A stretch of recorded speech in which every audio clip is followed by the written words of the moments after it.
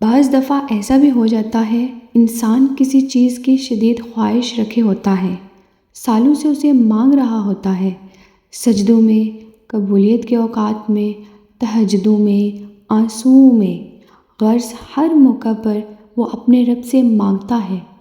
شاید وہ رب سے جڑتا ہی اسی خواہش کی تکمیل کی خاطر ہے، مگر پھر ایسا ہوتا ہے اللہ اس کی آنکھوں کے سامنے اس کی اس خواہش کو کسی اور کے حق میں پورا کر دیتے ہیں۔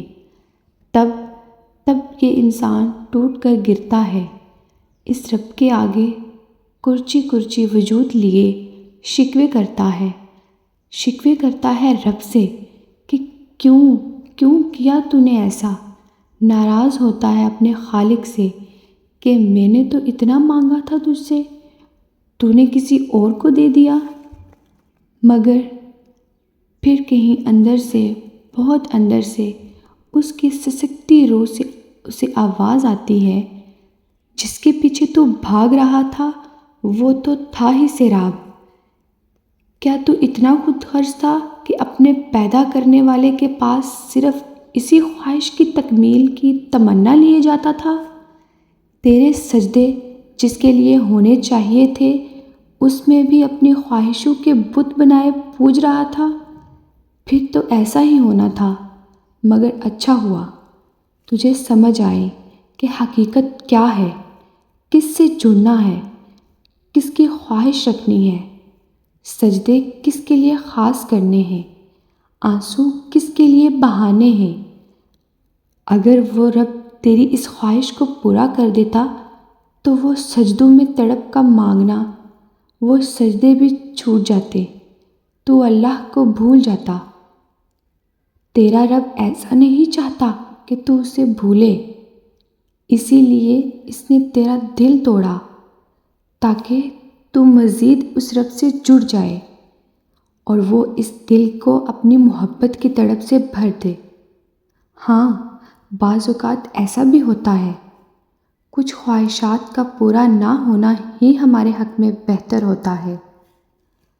وقتی طور پر دل کا ٹوٹنا ہی تو اس رب سے جوڑتا ہے۔ رب تو ٹوٹے دلوں میں بستا ہے، اور جب رب مل جاتا ہے نا تو کسی چیز کی خواہش یا حسرت دل میں نہیں رہتی، صرف اس ذات کی محبت ہوتی ہے۔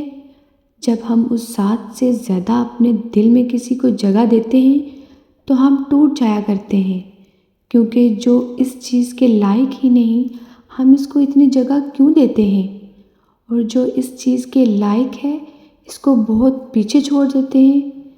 تو کیا رب کو برا نہیں لگتا کہ ہم اس کے بنائے ہوئے دل میں اسی کو نہیں رکھتے؟ اگر کبھی زندگی میں وقت ملے تو اس بات کو ضرور محسوس کرنا کہ ہم خوشی میں جتنے مرضی سجدے کریں مگر اللہ سے کبھی بھی اتنی مضبوطی سے نہیں جڑ پاتے جتنا ہمیں اس سے غم کا ایک سجدہ جوڑتا ہے۔ یہ دل کی فطرت ہے، جب تک گرتا نہیں تب تک سنبھلتا نہیں ہے۔ جتنی شدت سے ہم غم میں اس کا نام لیتے ہیں، جتنی شدت سے ہم غم میں اس کے قریب دوڑے چلے جاتے ہیں، جتنی شدت سے ہم تڑپ تڑپ کر اس کو اپنی داستان بتاتے ہیں، خوشی میں یہ شدت نہیں ہوتی۔